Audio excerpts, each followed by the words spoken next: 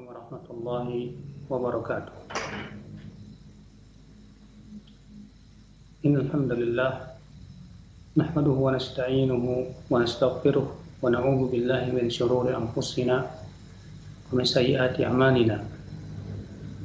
Man yahdihillahu fala mudilla lahu wa man yudlil fala hadiya lahu. Wa asyhadu an la ilaha illallah wahdahu la syarika lahu wa asyhadu anna Muhammadan abduhu wa rasuluh.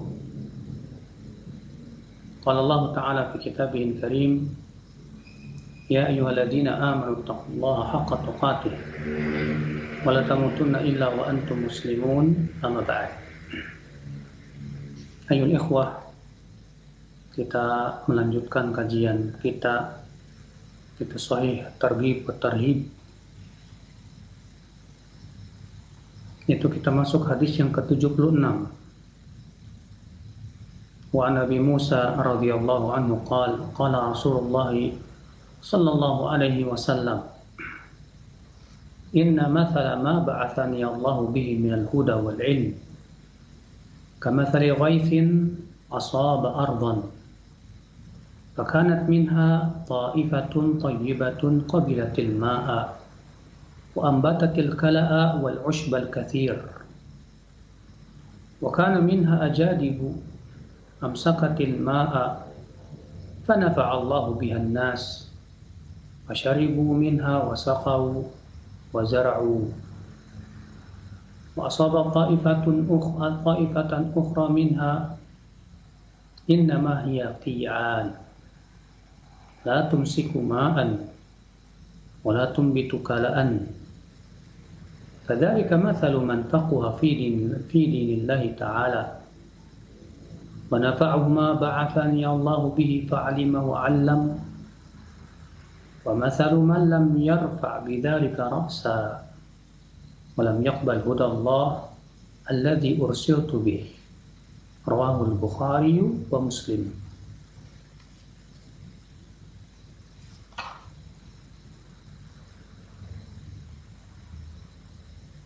Dari Abu Musa, semoga Allah meridhoinya, ia berkata, Rasulullah sallallahu alaihi wasallam bersabda, sesungguhnya perumpamaan apa yang Allah utus aku dengannya berupa hidayah dan ilmu seperti air hujan yang menimpa tanah.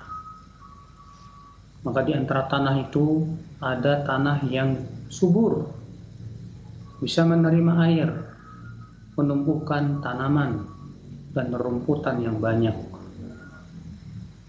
Dan di antaranya ada yang keras, dia hanya bisa menampung air. Maka Allah pun memberikan manfaat dengannya kepada manusia, sehingga manusia bisa minum darinya, bisa memberi minum, dan untuk tanaman-tanaman mereka. Dan ada lagi tanah yang ketiga, ia itu adalah tandus dan licin, tidak bisa menahan air, tidak pula bisa menumbuhkan tanaman. Yang demikian itu perumpamaan seperti orang yang fakih, yang paham dalam agama Allah dan bermanfaat. Ya, maka Allah pun memberikan manfaat atau bermanfaat untuknya apa yang Allah utus aku dengannya, sehingga ia berilmu dan mengajarkan ilmu. Dan perumpamaan orang yang tidak memahaminya dan tidak menerima hidayah Allah yang ya Allah utus aku dengannya. Dikeluarkan oleh Bukhari dan Muslim.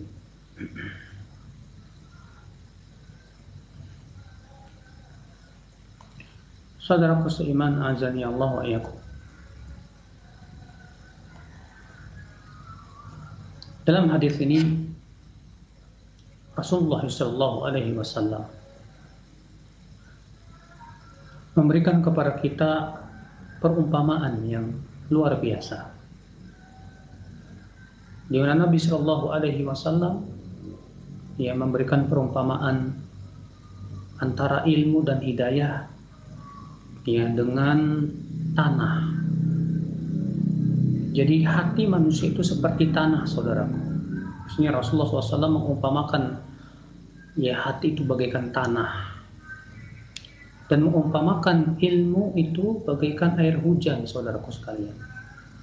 Subhanallah. Dan ini sungguh perumpamaan yang luar biasa. Kenapa demikian? Karena air hujan itu sangat bermanfaat untuk kehidupan manusia. Tanah sangat membutuhkan air hujan. Ketika hujan itu tidak turun lama, tanah akan kering dan kerontang. Bahkan tanaman-tanaman akan mati. Bahkan makhluk hidup yang ada di atas tanah itu pun juga akan mati, ya. Namun ketika tanah tersebut, ya, tanah yang tandus, tanahnya ini tidak dipelihara, tanahnya kering, tanahnya tandus, licin. Ketika Allah turunkan air hujan, ternyata air hujan tidak bermanfaat untuk tanah tersebut. Sama halnya dengan hati yang kering, hati yang tandus, licin, penuh dengan syahwat, penuh dengan hawa nafsu, ya, tidak bisa menerima lagi hidayah. Ketika datang ilmu, ya, dia tidak bisa menerimanya. Subhanallah. Allah mengumpamakan ilmu dan hidayah bagaikan air hujan yang sangat bermanfaat sekali. Dan Allah mengumpamakan hati manusia seperti tanah. Maka ya akhi, Rasulullah menyebutkan bahwa tanah itu ada 3 macam. Ada tanah yang subur, gembur, di mana tanah itu bisa menerima ya air hujan dengan baik. Bahkan ia bisa menumbuhkan tanaman dan berbagai macam rumputan yang banyak. Subhanallah. Ada lagi tanah yang keras.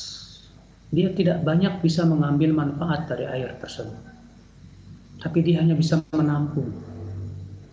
Sehingga orang-orang bisa mengambil manfaat darinya. Untuk minum, untuk memberikan yang minuman, untuk pengairan dan yang lainnya. Tapi tanah itu sendiri, hati itu sendiri kurang mengambil manfaat dari ilmunya.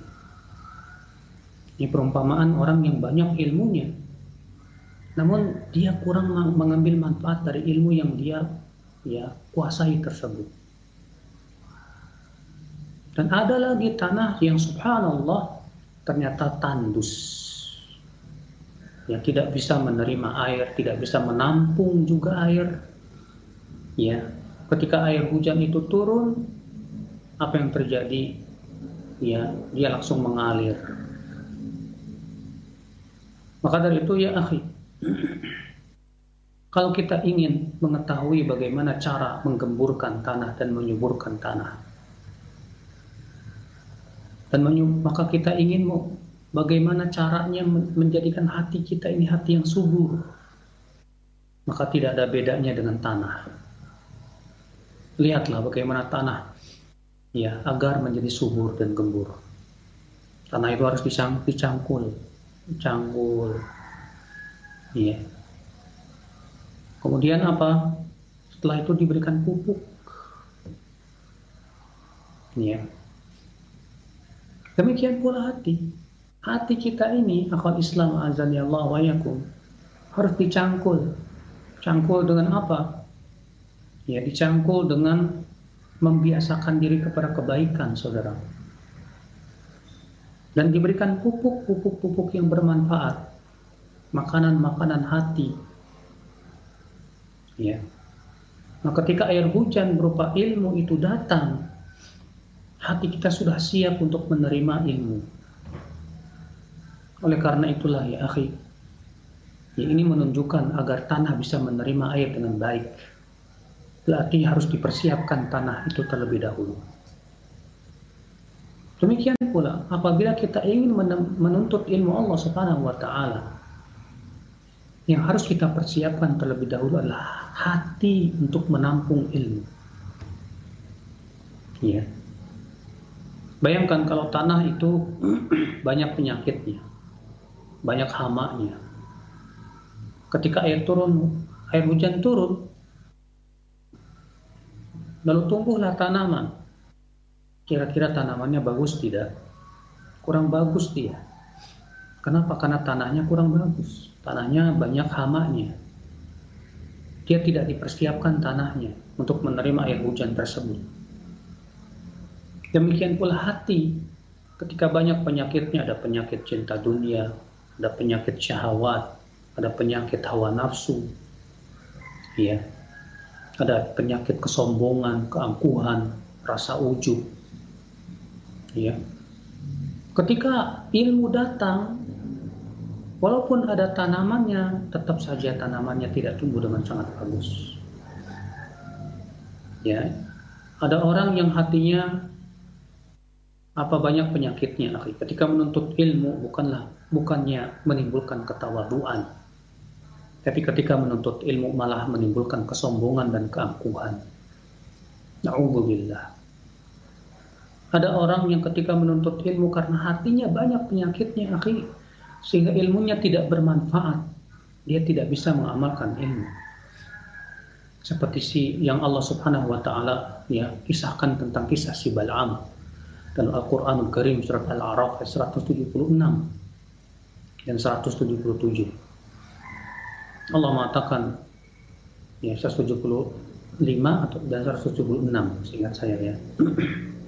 Watlu alaihim naba'al ladzi atainahu ayatina fansalakha minha fa'atba'ahu syaitanu fakana minal ghawin walau syi'na la rafa'nahu biha walakinnahu akhlada ilal ardi wattaba'a hawa.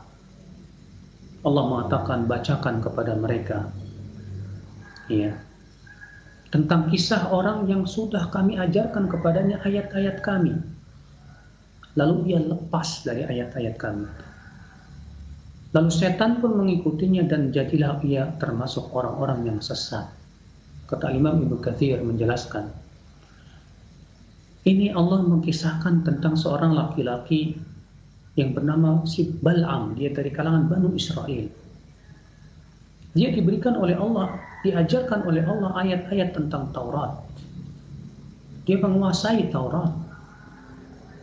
Tapi kemudian si Bal'am lepas dari ayat-ayat Allah itu. Kenapa si Bal'am bisa lepas? Dalam ayat selanjutnya Allah menyebutkan sebab utamanya. Allah berfirman, walau syi'na la rafa'nahu biha walakinnahu akhlada ilal ardi wattaba'a hawah. Kalaulah kami kehendaki, kami akan muliakan, kami akan angkat derajatnya dengan ayat-ayat kami tersebut. Akan tetapi dia lebih condong kepada dunia dan mengikuti hawa nafsunya. Ternyata si Bal'am ini, akhi, dia menuntut ilmu, tapi sayang dia tidak membersihkan hatinya untuk bisa menampung ilmu dengan baik. Ternyata di dalam hati si Bal'am dipenuhi dengan cinta dunia dan mengikuti hawa nafsu. Maka Allah mengatakan walakinnahu akhlada ilal ardi wattaba'a hawah, akan tetapi ia lebih condong kepada dunia dan mengikuti hawa nafsunya. Akhirnya ilmunya nggak ada manfaatnya, saudaraku. Nggak ada manfaatnya. Maka demikian pula kalau kita ingin menuntut ilmu ya akhi, persiapkanlah bejana hati kita dengan benar. Bersihkan bejana itu dari kotoran-kotoran syahwat, dari kotoran-kotoran hawa nafsu, dari kotoran-kotoran kesombongan dan keangkuhan, dari kotoran-kotoran ya berupa cinta dunia yang berlebihan. Wallahi ya akhi, siapapun yang menuntut ilmu tapi ia tidak membersihkan bejana hatinya itu, maka ilmu itu hampir-hampir tidak ada manfaatnya untuk hidupnya. Maka Nabi Shallallahu Alaihi Wasallam mengumpamakan dalam hadis ini. Rasulullah bersabda, Inna mathala ma ba'athani Allahu bihi minal huda wal ilm. Sesungguhnya perumpamaan apa yang Allah utus aku dengannya berupa hidayah dan ilmu. Ini menunjukkan ya bolehnya memberikan perumpamaan. Karena dengan adanya perumpamaan itulah semakin jelas, ya, semakin kita faham. Makanya Allah Subhanahu wa taala berfirman, "Innallaha la yastahi an yadhriba mathalan ma ba'udatan fama fawqaha." Allah tidak malu untuk memberikan perumpamaan walaupun dengan seekor nyamuk atau lebih besar darinya. Karena dengan perumpamaan itulah ada yang Allah pahamkan, ada yang Allah sesatkan. Di sini Rasulullah bersabda memberikan pengumpamaan. Sesungguhnya perumpamaan apa yang Allah utus aku dengannya berupa hidayah dan ilmu. Apa perumpamaannya? Kamathali ghaithin, seperti air hujan. Artinya hidayah dan ilmu itu seperti air hujan yang bermanfaat untuk kehidupan manusia, untuk tanah, untuk tanaman, untuk binatang dan yang lainnya. Demikian pula ilmu bermanfaat untuk semuanya. Ya, ilmu bermanfaat untuk manusia, untuk binatang, untuk tanaman, untuk ikan-ikan. Makanya dari itulah, sebagaimana pernah kita sudah bacakan hadisnya, bahwa yang ada di langit dan di bumi, yang memohonkan ampunan untuk orang yang berilmu dan menuntut ilmu. Sampai-sampai kata Rasulullah, ikan yang ada di lautan. Sampai-sampai kata Rasulullah, semut-semut yang ada di dalam lubang. Subhanallah. Kenapa? Karena manfaat ilmu itu manfaatnya untuk semuanya. Sebagaimana hujan pun bermanfaat untuk semuanya. Ya, untuk tanaman, untuk binatang, untuk manusia. Mereka merasakan. Ya. Kata Rasulullah, kamathali ghaithin asaba ardan, bagaikan air hujan yang menimpa tanah. Tanah ini perumpamaan tentang hati. Ya. Lalu Nabi SAW menyebutkan tentang jenis-jenis tanah itu, jenis-jenis hati manusia. Fakanat minha ta'ifah tayyibah qabilatil ma'a wa ambatatil kala wal usbal kathir. Di antara tanah itu hati itu ada yang tanah yang subur, hati yang subur. Dia mudah menerima ilmu dan kemudian menumbuhkan tanaman-tanaman amal. Ya, dan rumputan yang banyak. Subhanallah, ini perumpamaan hati yang mudah menerima hidayah, saudara. Ya, semoga kita termasuk orang-orang yang diberikan oleh Allah hati yang seperti ini. Hati yang mudah menerima hidayah, mudah menerima ilmu. Ketika kita menuntut ilmu, hati kita pun menerimanya. Lalu kemudian hati kita memahaminya dengan pemahaman yang dalam. Ya, lalu kemudian menimbulkan tanaman-tanaman yang ranum, yang bagus, yang indah, yang membuat kagum para petani. Ya. Kenapa? Karena menimbulkan amal, menimbulkan kefakihan, ya. Demikian pula istimbat yang luar biasa. Ini jenis hati yang pertama. Ada lagi jenis hati yang kedua. Wa kana minha ajadib. Ada lagi tanah yang keras. Amsakatil ma, dia hanya bisa menampung air saja. Dia kurang bisa mengambil manfaat dari ilmu. Dia hanya bisa menampung air. Fanafa'allahu bihan nas, fasyaribu minha wasaqau wazara'u. Maka Allah memberikan manfaat dengan orang ini, ya, kepada manusia. Manusia mengambil ilmunya, ya. Manusia pun juga bisa bermanfaat dari orang ini, dari ilmunya. Tapi orang ini kurang mampu mengambil manfaat dari ilmu yang dia kuasai tersebut. Nasallallahu salamata wal afiyah, ya. Ada lagi jenis tanah atau hati yang ketiga. Wa asaba ta'ifa ukhra minha innama hiya qiyan. Air hujan itu menimpa tanah yang ketiga. Itu tanah yang licin dan tandus. La tumsiku ma'an, dia tidak bisa menampung air. Wala tumbitu kalaan, tidak pula menumbuhkan tanaman. Lalu Nabi SAW menjelaskan, fadzalika mathalu man faquha fi dinillahi ta'ala. Ini perumpamaan orang yang pertama ini perumpamaan orang yang faqih dalam agama Allah. Dia paham. Dari satu hadis dia bisa mengambil banyak faidah. Ya, ini diberikan oleh Allah kefaqihan yang dalam. Ini seperti Imam Syafi'i, Imam Ahmad bin Hanbal, Imam Malik. Imam Laits ya, bin Sa'ad al-Misri, ya, Imam Abu Hanifah. Ini para ulama fuqaha ya, yang Masya Allah sangat diberikan oleh Allah kefaqihan yang luar biasa. Imam Syafi'i rahimahullah pernah suatu malam beliau tidak tidur. Ya, ternyata beliau memikirkan satu hadis saja. Hadis apa itu? Itu hadis bahwa Nabi SAW bersabda kepada seorang anak kecil yang sedang bersedih karena burung kesayangannya itu mati. Apa kata Rasulullah? Ya Aba Umair, mada fa'alan Nufair? Hai Abu Umair, apa yang dilakukan oleh burung Nuwair itu? Kata Imam Syafi'i, aku memikirkan hadis ini semalaman dan aku berhasil mengeluarkan 100 faedah fikih dari hadis ini. Subhanallah. Iya. Keilmuan Al-Imam Asy-Syafi'i dan kefaqihan yang luar biasa. Maka ini akhi, jenis tanah yang pertama. Tanah yang diberikan oleh Allah Subhanahu wa ta'ala kesuburan.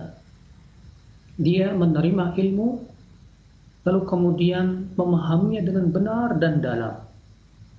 Lalu kemudian menumbuhkan berbagai macam tanaman-tanaman, faidah-faidah ilmu lainnya yang sangat bermanfaat sekali untuk manusia. Ya. Selain itu juga ilmu tersebut bermanfaat buat dirinya yang ia amalkan dalam hidupnya. Maka ini ya akhi, tanah yang terbaik, Masya Allah. Kata Rasulullah SAW, kata beliau, fadzalika mathalu ma anfaqwa fi dinillahi ta'ala wa nafa'ahu bima ba'athani Allah bihi fa'alima wa 'allam. Ya, tanah yang pertama itu perumpamaan orang yang faqih dalam agama Allah dan bermanfaat untuknya apa yang Allah utus dengannya apa yang Allah utus aku dengannya berupa ilmu, lalu ia pun kemudian berilmu dan mengajarkan ilmu. Wa mathalu man lam yarfa' bidzalika ra'sa. Adapun tanah yang kedua itu perumpamaan orang yang tidak faqih. Banyak hafal hadis, banyak hafal saudara. Tapi dia kurang bisa memahami hadis-hadis yang dia hafal. Iya. Maka ini perumpamaan tanah yang kedua. Adapun yang ketiga, ya akhal Islam azani Allah wa iyyakum, yaitu sama sekali dia menghafal aja nggak bisa, apalagi untuk memahami. Iya. Maka ini tanah yang ketiga yang tandus, yang dia ilmu saja dia menolak dan tidak mau menuntut ilmu Allah sama sekali. Ini tentunya ya akhi, ya bagian yang paling buruk ya akhi. Ya, dan subhanallah ini justru kebanyakan manusia seperti ini. Sudahlah dia tidak mau menuntut ilmu, dia malas untuk menuntut ilmu, kalaupun ilmu datang dia tolak, boro-boro untuk dia untuk memahaminya. La haula wala quwata illa billah. Nah ya akhi, ya, oleh karena itulah kewajiban kita untuk introspeksi diri. Kita masuknya kepada yang mana ini? Yang pertama kah, atau yang kedua kah, atau yang ketiga? Jangan sampai yang ketiga tentunya. Kita masuk hadis yang ke-77. Hadis 77 ini mirip dengan hadis yang ke-73. Ya. Wa Nabi Musa radhiyallahu anhu qala Rasulullah sallallahu alaihi wasallam, inna mathala ma ba'athani Allah bihi. Bukan 77. Maaf. Wa Nabi Hurairah radhiyallahu anhu qala Rasulullah sallallahu alaihi wasallam, inna mimma yalhaqul mu'min min amalihi wa hasanatihi ba'da mautihi ilman 'allamahu wa nasyarah wa waladan salihan tarakah aw mushafan warrathah aw masjidan banah aw masjidan banah aw baitan libni sabil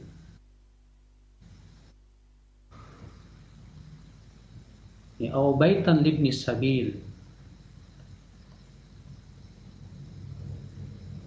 banahu au nahran ajrahu au sadaqatan akhrajaha min malihi fi sihhatihi wa hayatihi talhaquhu min ba'di mautihi.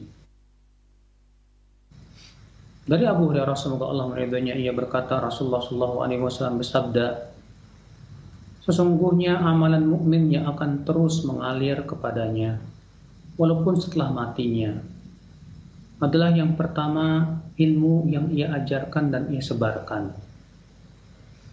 Yang kedua, anak soleh yang ia tinggalkan. Yang ketiga, mushaf yang ia wariskan. Yang keempat, masjid yang ia bangun. Yang kelima, rumah yang ia sediakan untuk ibnu sabil. Yang selanjutnya, sungai yang ia alirkan. Yang selanjutnya, atau sedekah yang ia keluarkan dari hartanya saat ia sehat dan hidup, maka itu akan sampai terus, ya, dan mengalir terus setelah matinya. Subhanallah, ini hadis sudah pernah kita bahas, ya, di hadis nomor 73, sehingga kita tidak perlu lagi untuk membahasnya. Kita masuk hadis 78.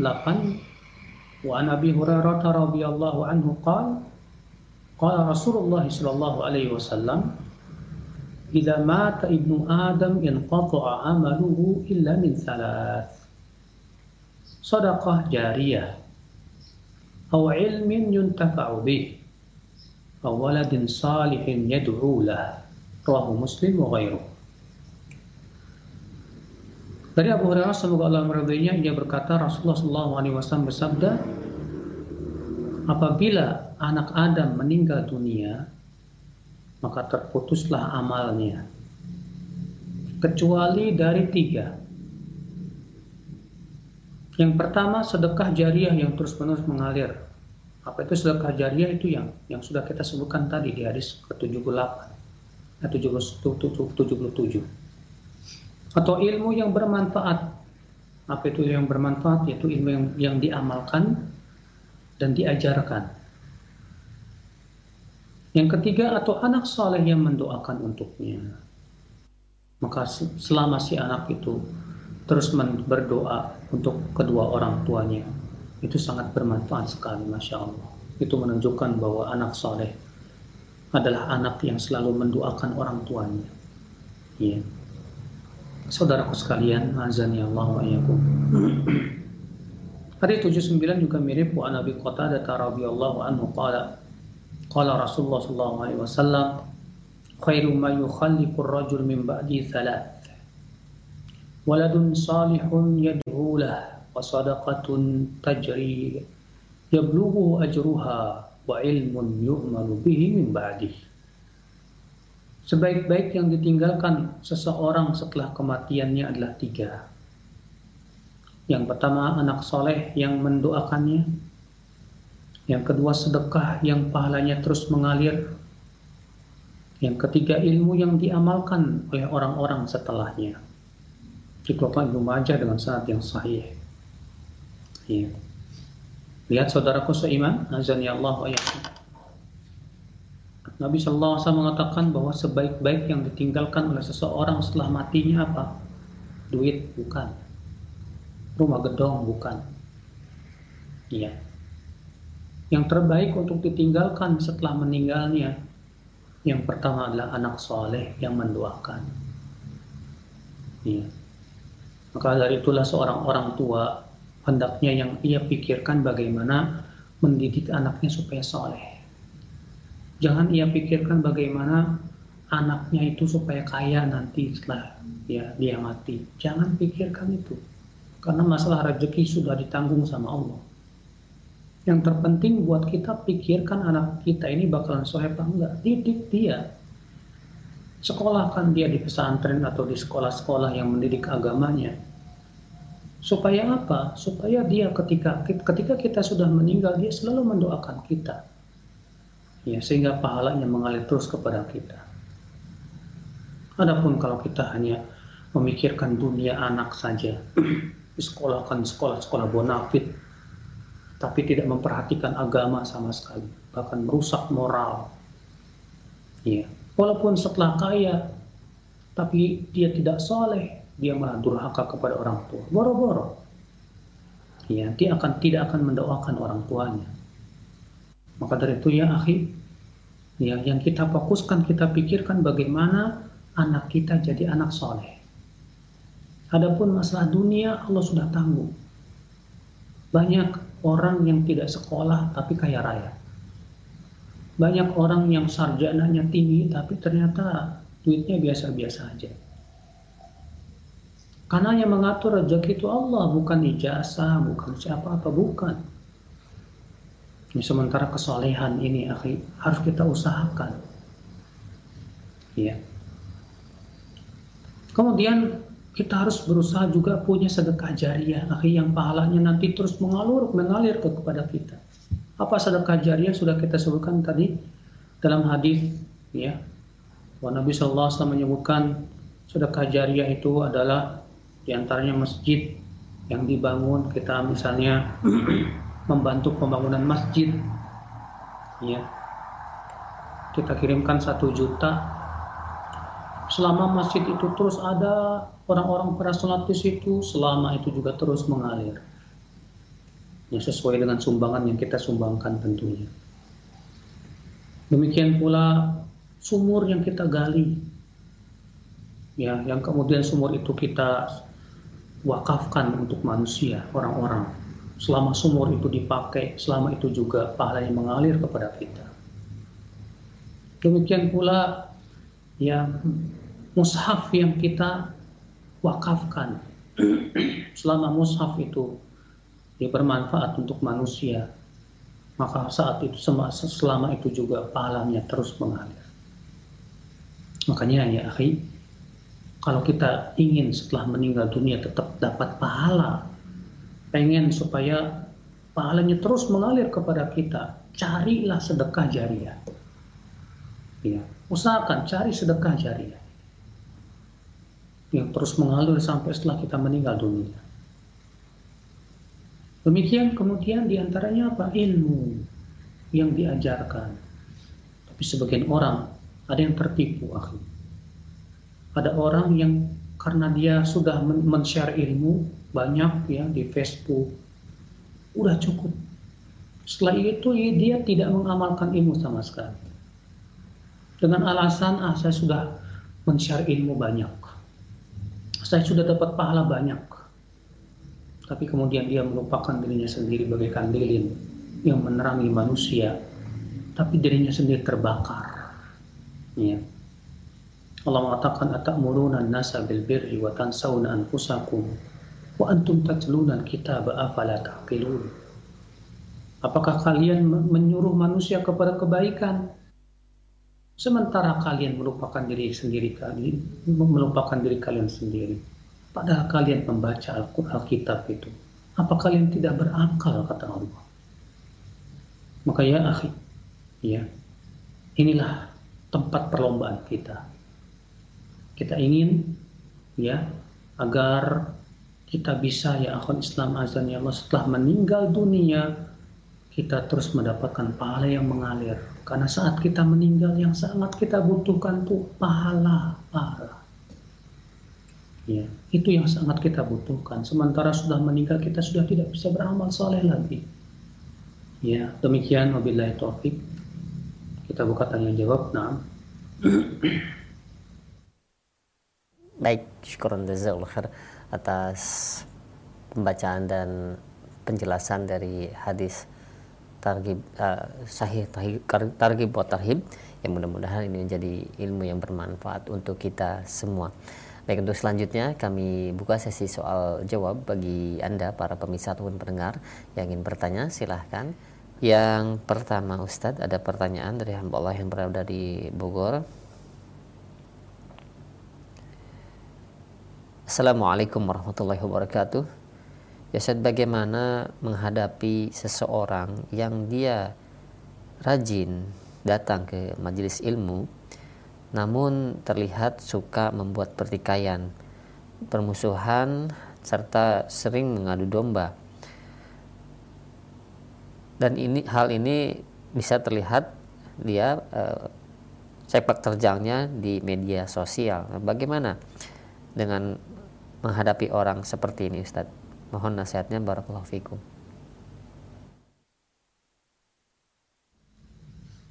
Orang seperti ini bukan penuntut ilmu tapi penuntut fitnah. Iya. Makanya kalau ada orang dikatakan dia penuntut ilmu tapi kerjaannya ya berantem, berdebat, ya lisannya kasar dan yang lainnya, nggak mungkin penuntut ilmu seperti itu. Kita harus paham betul definisi penuntut ilmu itu seperti apa. Ya, penuntut ilmu itu adalah yang betul-betul dia bersungguh-sungguh menuntut ilmu Allah dan ia berusaha mengamalkan ilmu tersebut dalam dirinya. Itu penuntut ilmu, kan? Adapun kemudian dia kerjaannya hanya sebatas di Facebook, ya, ngomong ke sana kemari, kemudian lisannya mencaci maki dan yang lain. Kemudian dia mengaku penuntut ilmu, wallahi bukan. Dia bukan penuntut ilmu. Dia penuntut fitnah. Ya, kata para ulama, bukan talibul ilm tapi talibul fitnah. Ya. Maka dari itu kita berlindung kepada Allah dari orang-orang seperti ini, akhi. Yang dia menisbatkan diri kepada ilmu tapi sebetulnya hakikatnya dia bukan penuntut ilmu, ya, dan tidak pantas untuk disebut sebagai seorang penuntut ilmu. Wallahu a'lam. Nah, baik. Syukran jazakallahu khair atas jawaban dan nasihatnya. Demikian untuk yang bertanya. Dan selanjutnya kami ajukan kembali di layanan pesan singkat. Ada pertanyaan, ya Ustaz, dalam penjelasan hadis tadi bahwa yang dapat membantu seseorang kelak di akhirat yaitu doa anak yang soleh. Nah, bagaimanakah jika kebalikannya, Ustaz? Anak yang sudah meninggal dalam usia baligh namun orang tuanya merasa tidak soleh, apakah bisa membantu anak yang tersebut yang sudah wafat terlebih dahulu ketika nanti di akhirat, Ustaz? Mohon jawaban dan nasihatnya. Iya, kalau ternyata anaknya yang dahuluan meninggal dan sudah balik, maka orang tuanya berusaha untuk mendoakan anaknya supaya Allah selamatkan dari api neraka. Karena Nabi SAW menyebutkan bahwa di antara doa yang tidak ditolak oleh Allah adalah doa orang tua untuk anaknya. Ya. Artinya doa orang tua itu makbul, diterima oleh Allah Subhanahu wa taala. Maka gunakanlah kesempatan sebagai orang tua untuk mendoakan selalu anak-anaknya dengan doa kebaikan. Maka ketika anaknya sudah meninggal duluan dan dia sudah balik dan dia melihat anaknya kurang soleh, yaitu pertama akibat kelalaian dia juga, ya. Yang kedua, dia berusaha untuk mendoakan supaya anaknya dimaafkan oleh Allah, diampuni oleh Allah, ya, akan dosa-dosanya tersebut, dan dia juga istighfar kepada Allah atas kelalaian yang dia lakukan, ya, ketika dia kurang memperhatikan anaknya, ya. Allahu a'lam. Nah. Baik, syukuran jazakallahu khair atas jawaban Ustaz. Demikian untuk yang bertanya, mungkin kami akan berikan kesempatan untuk Anda yang ingin bertanya melalui layanan telepon secara langsung. Halo, Assalamualaikum. Waalaikumsalam warahmatullahi wabarakatuh. Dengan siapa di mana? Dengan siapa di mana, Bapak? Ini Pak Darli, ini di Payakumbuh, Sumatera Barat. Iya, silakan langsung ke pertanyaan, Pak. Ini nanyakan ini Ustaz, antara khutbah pertama sama khutbah kedua itu apa ada doanya tuh Ustaz?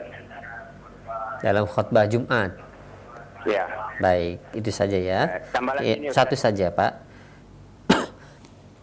Ya, kami mohon maaf untuk Bapak yang berada di Payakumbuh, Sumatera Barat. Hanya satu pertanyaan, satu orang. Silahkan Ustaz. Menemukan doa khusus antara dua khutbah. Saya belum menemukan, ya, bahwa Nabi SAW mengajarkan doa khusus antara dua khutbah. maka tidak boleh kita mengkhususkan doa tertentu pada dua khutbah tersebut. Yang menjadi perselisihan para ulama, ya, apakah saat antara dua khutbah itu adalah saat mustajab atau tidak? Karena masalahnya ada hadis yang menyebutkan bahwa di hari Jumat ada suatu saat yang tidaklah bertepatan dengan seorang hamba yang sedang sholat dan berdoa, kecuali ya Allah akan ijabah doanya. Para ulama berbeda pendapat tentang kapan di saat tersebut. Sebagian ulama mengatakan bahwa saat tersebut adalah di saat ketika imam sudah mulai berdiri di mimbar, ya, berhujjah dengan hadis yang ada dalam Sahih Muslim. Namun kebanyakan ulama hadis mengkritik dan menyatakan bahwa hadis tersebutlah hadis yang syadz. Oleh karena itulah hadis tersebut didhaifkan oleh banyak ulama seperti Al-Imam Ibnu Qayyim rahimahullah, demikian pula Syekh Al-Albani rahimahullah, yang menyebutkan bahwasanya hadis tersebut adalah hadis yang syadz. Ya. Dan pendapat yang paling kuat saat yang mustajab itu adalah di akhir waktu asar. Ya, berdasarkan hadis Abu Hurairah radhiyallahu anhu yang dikutip oleh Abu Daud dan yang lainnya, ya, bahwasanya saat itu adalah saat di akhir daripada sholat waktu asar. Ya. Oleh karena itulah menjadi kebiasaan salafus saleh, di mana kebiasaan salafus saleh mereka di waktu setelah asar sampai maghrib mereka iktikaf untuk banyak berdoa kepada Allah Subhanahu wa taala di hari Jumat itu. Mereka khususkan di hari setelah asar sampai maghrib, bahkan di antara mereka ada yang iktikaf di masjid, ya, dari ibadah asar sampai sampai maghrib, ya, untuk terus berdoa kepada Allah supaya bertepatan dengan waktu yang mustajab tersebut. Ya, maka pendapat yang paling kuat dalam hal ini adalah pendapat yang mengatakan bahwa waktu mustajab itu adalah di akhir waktu asar. Sebagian ulama ada yang menjamak dan mengatakan, ya, bahwasanya waktu mustajab itu dimulai dari semenjak tergelincir matahari di saat imam naik mimbar sampai waktu maghrib. Ya. Namun tentunya kayak lagi bahwa hadis yang menyebutkan bahwasanya waktu yang mustajab itu ketika imam sudah berdiri itu hadis yang syadz, yang tidak sahih, dan bahwasanya yang sahih itu adalah setelah asar sampai maghrib, ya. Wallahu a'lam. Nah, baik, syukran jazakallahu khair atas jawaban Ustaz. Demikian untuk yang bertanya, Bapak yang berada di Payakumbuh, dan selanjutnya masih kami berikan kesempatan untuk Anda yang ingin menghubungi kami bertanya melalui telepon, silahkan. Assalamualaikum. Waalaikumsalam warahmatullahi wabarakatuh. Dengan siapa, di mana Bapak? Abdullah Mubarok dari Banyumas. Silahkan Pak Abdullah Mubarok. Iya. Assalamualaikum, Tad. Iya, silahkan Pak. Mau bertanya, itu anak Adam kalau sudah meninggalkan terputus amalnya. Nah, itu kalau cara mendoakan orang tua itu tuntunannya seperti apa? Doa-doanya. Satu. Iya, satu saja Pak. Yang kedua, mungkin satu saja Pak. Mohon. Kalau kita bersedekah yang tidak terputus dengan pahalanya. Oh iya, masih berhubungan ya. Itu selain kita memberikan ke masjid atau sumur, kalau kita bersedekah ke fakir miskin itu pahalanya seperti itu tidak terputus, atau apa aja yang sekiranya sedekah itu yang kategorinya tidak terputus, Pak? Baik. Terima kasih. Iya. Assalamualaikum. Waalaikumsalam warahmatullahi wabarakatuh. Nah, silakan Ustaz. Mendoakan orang tua itu, Pak, ya, seperti yang Allah ajarkan dalam Al-Quran. Ya Rabbighfirli wa liwalidayya walil mu'minina yawma yaqumul hisab.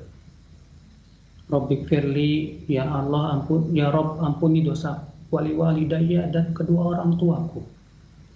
Walil mu'minina, dan kepada kaum mukminin seluruhnya. Yauma yaqumul hisab, pada hari kebangkitan nanti. Ya. Itu yang Allah sebutkan dalam Al-Quran. Yang masyhur di Indonesia, Rabbighfirli wali walidayya warhamhuma kama rabbayani shaghira. Ini sebetulnya gabungan dua ayat. Ya. Adapun yang pertama Rabbighfirli wali walidayya ini satu ayat. Ya, warhamhuma kama rabbayani shaghira itu ayat yang lain. Maka ya, boleh juga, tidak apa-apa. Kita doakan supaya mereka diangkat derajatnya dalam diangkat derajatnya oleh Allah, diluaskan kuburnya, diberikan cahaya dalam kuburnya, diampuni dosa-dosanya. Ya, doakan untuk orang tua kita. Dan kalau kita mau sedekah atas nama orang tua kita, bagus. Ya, supaya pahalanya terus mengalir kepada orang tua kita. Sebagaimana ada seorang laki-laki berkata, "Ya Rasulullah, inna ummi matat faltah wa inni adhunnuha law takallamat latasaddaqat." Ya Rasulullah, ibuku meninggal tiba-tiba dan aku merasa kalau ibuku masih sempat bicara dia akan bersedekah. Apa atasaddaqu anha, boleh enggak ya Rasulullah aku bersedekah untuk ibuku? Kata Rasulullah, "Na'am, tasaddaq anha." Iya, bersedekahlah untuk ibu. Iya. Ini termasuk bakti kita kepada orang tua setelah beliau meninggal dunia.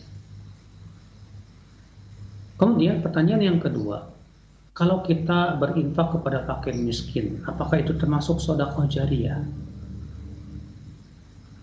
Termasuk kalau fakir miskinnya ini fakir miskin yang soleh, di mana uang sedekah yang kita berikan kepadanya digunakan untuk beramal soleh. Adapun kalau fakir miskinnya fakir miskin yang fasik, yang suka maksiat, gak pernah sholat, maka yang seperti ini tidak menjadi sedekah jariyah. Iya.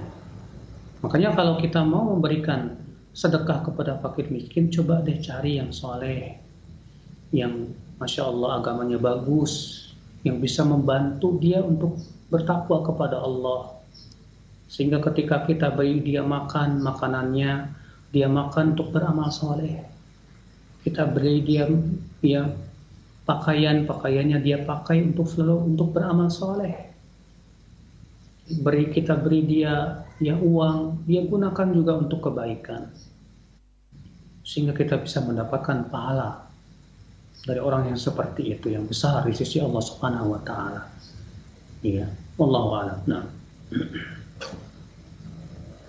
Baik, syukran jazakallahu khair atas jawaban Ustaz. Berangkat dari pertanyaan tadi, ini ada pertanyaan yang berhubungan dengan pertanyaan di layanan telepon, Ustaz.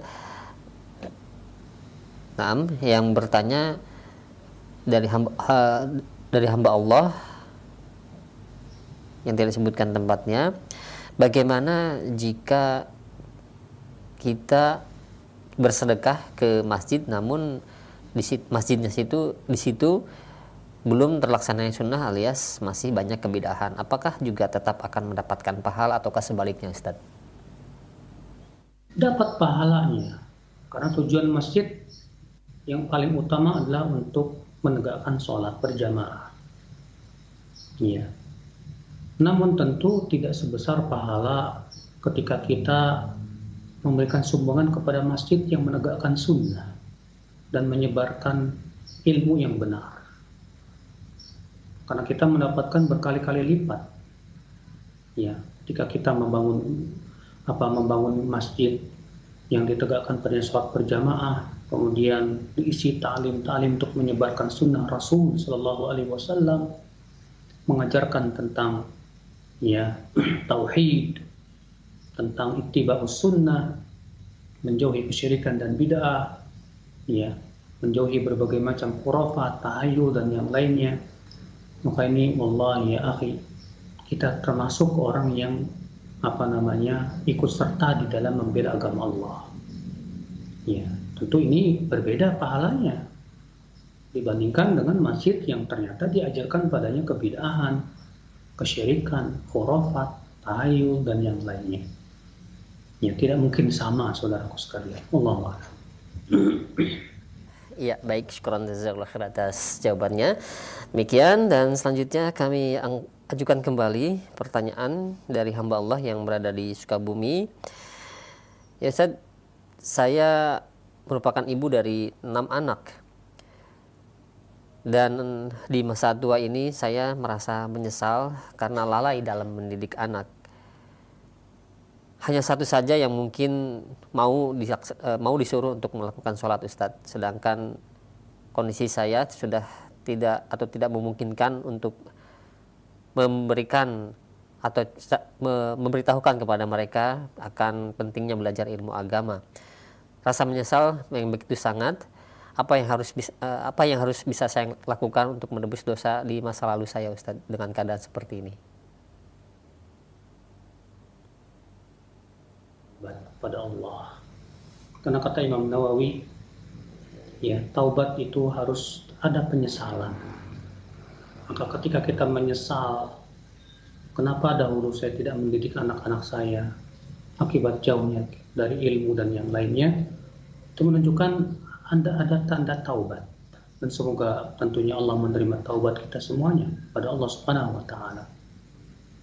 Maka yang kedua, kita hanya berusaha sesuai kemampuan saja untuk menyuruh mereka sholat, ya, untuk menyuruh mereka menuntut ilmu, ya. Terus jangan bosan kita memberikan nasihat kepada anak kita, jangan bosan untuk menyuruh mereka sholat, ya, supaya nanti pada hari kiamat ketika Allah tanya, kita sudah melaksanakan tugas kita sebagai orang tua. Adapun kelalaian kita dahulu, mudah-mudahan Allah maafkan dengan taubat kita kepada Allah Subhanahu wa taala tentunya. Ya, wallahu a'lam. Nah. Baik, ya, syukran jazakallahu khair atas jawaban Ustaz. Demikian. Dan selanjutnya kami berikan kesempatan kembali untuk Anda yang ingin bertanya di layanan telepon. Silakan. Assalamualaikum warahmatullahi wabarakatuh. Waalaikumsalam warahmatullahi wabarakatuh. Dengan Pak Kadan ya? Iya. Iya, silahkan. Begini Pak Ustadz, saya ingin bertanya, kadang-kadang saya itu Ustadz merasa kurang minat ataupun kurang ingin untuk mendoakan yang orang-orang yang dikatakan ulama oleh orang-orang yang awam, yaitu orang yang menyuruh kepada kebid'ahan dan pelakunya Ustadz. Jadi kadang-kadang kita ini malas untuk mendoakan orang yang tidak sejalan dengan kita, Ustadz. Jadi apakah itu hal yang dibolehkan atau bagaimana, Ustadz? Baik. Ya, syukur Ustadz. Assalamualaikum warahmatullahi wabarakatuh. Assalamualaikum warahmatullahi wabarakatuh. Tentunya Bapak, ya, memohonkan ampunan kepada kaum mukminin secara umum itu adalah perkara yang diajarkan oleh Al-Quran dan hadis Nabi Sallallahu Alaihi Wasallam. Contoh misalnya hadis ayat yang kita bacakan tadi, Rabbighfirli wa liwalidayya walil mu'minina yawma yaqumul hisab. Ya Rabbku, ya, ampunilah dosaku dan orang tuaku dan kaum mukminin, ya, pada hari hisab nanti. Demikian pula dalam ayat yang lain, Allah berfirman, walladzina ja'u min ba'dihim yaquluna rabbana ighfir lana wa li ikhwanina alladzina sabaquna bil iman wa la taj'al fi qulubina ghillan lil ladzina amanu rabbana innaka ra'ufur rahim. Dan orang-orang yang datang setelah mereka, yaitu Muhajirin dan Ansar, berdoa, wahai Rabb kami, ampunilah kami dan saudara-saudara kami yang telah mendahului kami, dan jangan Engkau jadikan di hati kami rasa dengki terhadap kaum mukminin. Ya. Dan dalam satu riwayat yang sebagian ulama menghasankan tapi juga ada yang mendhaifkan, bahwa siapa yang memohonkan ampunan untuk mukmin dan mukminah, maka ia akan mendapatkan satu kebaikan dari setiap mukmin dan mukminah tersebut. Iya. Oleh karena itulah menjadi kebiasaan salafus saleh, mereka selalu mendoakan kaum mukmin dan mukminah secara umum.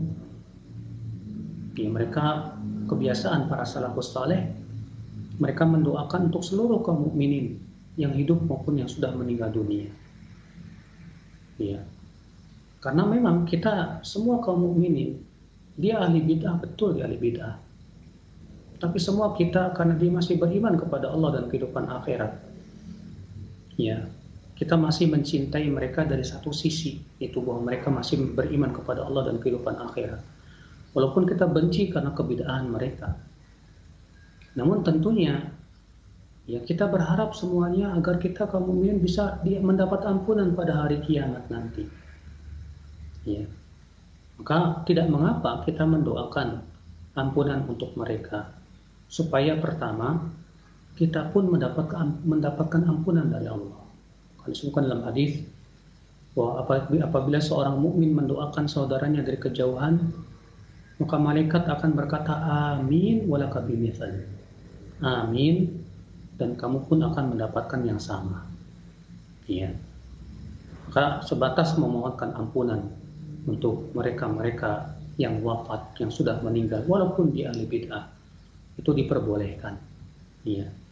Wallahu a'lam. Semoga yang saya sampaikan bermanfaat.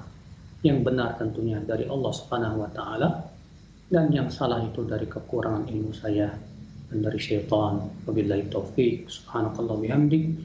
Asyhadu an la ilaha illa anta astaghfiruka wa atubu ilaik. Assalamualaikum warahmatullahi wabarakatuh.